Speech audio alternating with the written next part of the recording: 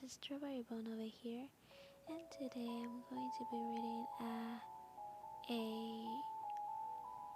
Bokuto Koutarou ex-listener. It's called Crush. I hope you like it. So let's get started. Everyone who knew Bokuto remotely knew that he was a straightforward man. If he had something on his mind, he would never hesitate to tell someone, and he was always the first to counteract in in a debate to counteract a debate in a class, letting people know where they stood with Bokuto. For example, if someone's skirt was high up their butt, Bokuto will tell them rather than let them walk around looking like someone who just got up off the streets. And the same of for any other scenarios. He loved helping people out no matter what was their problem. But when faced with his own problems, he was a little different. Bokuto First, Bokuto will have to analyze the situation. Who was involved? Would it cause a problem? Would it, will it benefit anyone by solving it? In this case, yes, yes, it would. In this case, yes, yes, it would. For, for if Bokuto didn't solve this problem, he knew it would kill him. And it all revolved around one person, Ellen Yeayyy. Bokuto had liked her for a long time, being one of his closest friends besides Kuro, and he wanted to confess his crush to her. But at the same time, he didn't want to ruin the amazing friendship they had. Yeayyy was a great girl, absolutely great. She got just about anything. She was the type of girl who would laugh so hard that milk would come out of her nose, and she wouldn't care a bit. She was perfect to Bokuto, and hella pretty at that, and he thought he'd hit the jackpot when he first met her. So obviously he didn't want to lose what he already had with her. But at the same time, Bokuto thought he was being selfish. Kuro had told him many times to tell Yeayyy that he liked her and get it over with. And if he didn't like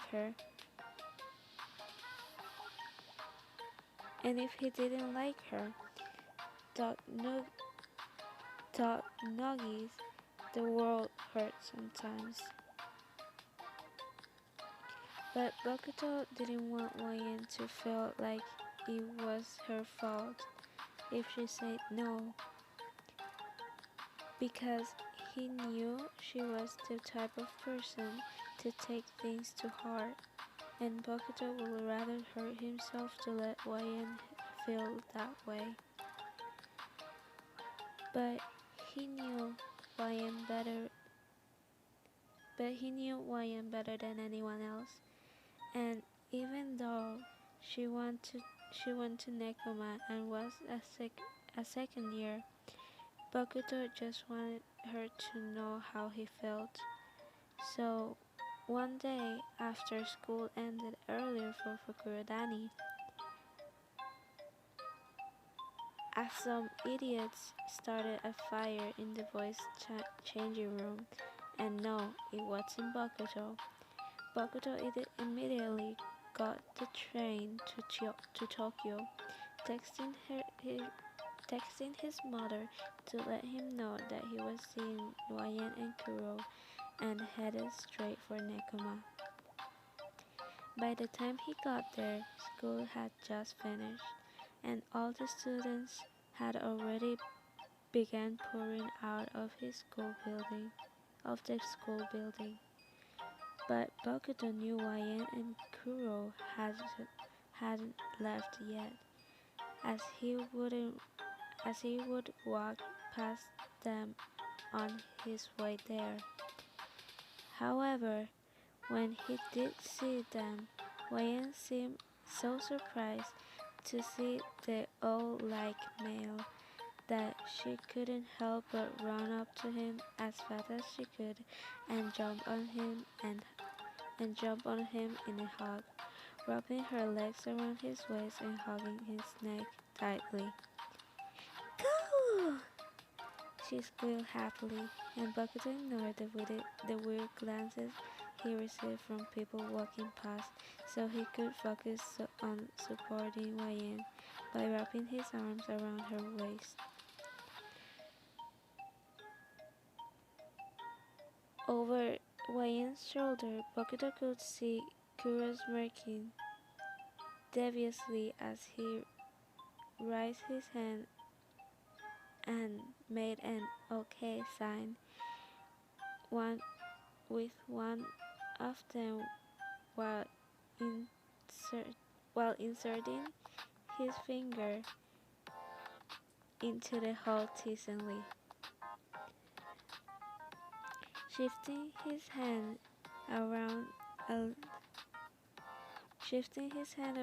a layer, Bokuto managed to balance Wayan on one of his arms while using the other one to flip Kuro off. I miss you so much today, she exclaimed, those words causing Bokuto's heart to race. I miss you too, Bokuto chuckled nervously, and when Kuro eventually got up to the two and Bokuto tried to put Wayan down, she tied her grip around his neck and whined in disapproval. Sighing playfully, Bokuto somehow managed to swivel Wayan around so she was on his back and he was holding her legs in a piggyback ride. Arms still wrapped around Bokuto's neck. Wayan hummed happily and snuggled her face into the crook of his warm neck. So, what brings you here, bro? Kuro asked, stuffing his hand on his pocket of his school trousers and started to walk alongside with his two best friends. Oh, well, some dude started a fire in the boys' changing room today, so everyone got sent home, and I didn't fancy going home and waiting for another hour for you to finish school. So I thought I would come meet you and maybe hit the town? Bokuto asked, and Kuro nodded. Sounds good. What about Wayan? Kuro asked, looking back at Wayan, who was still resting on Bokuto's back peacefully as she lifted her arm up to give Kuro a thumbs up. Kuro smirked. You look cozy up there. Tell me, what's it like on this rock back? He asked, and Bokuto rolled his eyes playfully. Very comfy, Wayan mumbled into the boy's back, and Bokuto thought this was his chance to tell Wayan how he felt. Tetsu, fuck off for a sec. I gotta talk to Wayan about something, he said very bluntly, and Kura saluted Bokuto as a way of saying good luck to him before walking ahead slightly. Ko, that was a bit rude. What did Tetsu do? Wayan asked. Nothing. I just needed to talk to you about something, Bokuto answered. Besides, he already knows what it is about, and I don't need him here making things even more awkward for me. Okay then, Wayan replied, a little lazily, already to fall asleep on Bokuto's back. It was as it was. You're great, you know, Bokuto started, and Wayan laughed out of breath. Oh, really now? She said, she teased with a raised eyebrow as she moved rest to rest her chin on Bokuto's shoulder,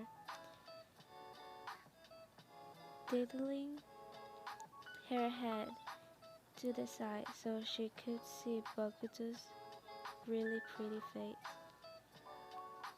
Yeah, really. And I like you as well, he continued, and Ryan smiled. So what are you saying? She asked, knowing what he was going to say, but wanting to drag it out of Bokuto away anyway, even though she knew there would be no dragging out involved because, like I said, Bokuto was a very straightforward man. I guess I'm saying that I have a crush on you, like a mad one, and that I want you to be my girlfriend. Bokuto answered almost immediately, and Waye couldn't stop herself from smiling. Leaning forward, Wayan pressed a light few kisses on the side of Bokuto's neck, and now it was the latter's turn to smile widely. So, I take as a yes? Bokuto asked, and Wayan hummed in agreement, causing a smirk to spread out of the boy's face. Well, now that you're mine, can I say you have a nice ass and get away with it? So that's all. I love the finish, like I love the ending. I love the ending. So I got this comment on the Bokuto video that it was Coco underscore story commented that I should call you guys little buns. I like it. What do you guys think? Like little buns or buns? So I like that comment. So um tell me in the comments down below will like to if you would like me to call you like that. If you don't like and you want another one, then it's okay. Just put it on the comments, and I don't know. I will react react to them. And I think the best one I'll choose. I don't know, but I like little buns or buns. So yeah, that's all, and stay safe.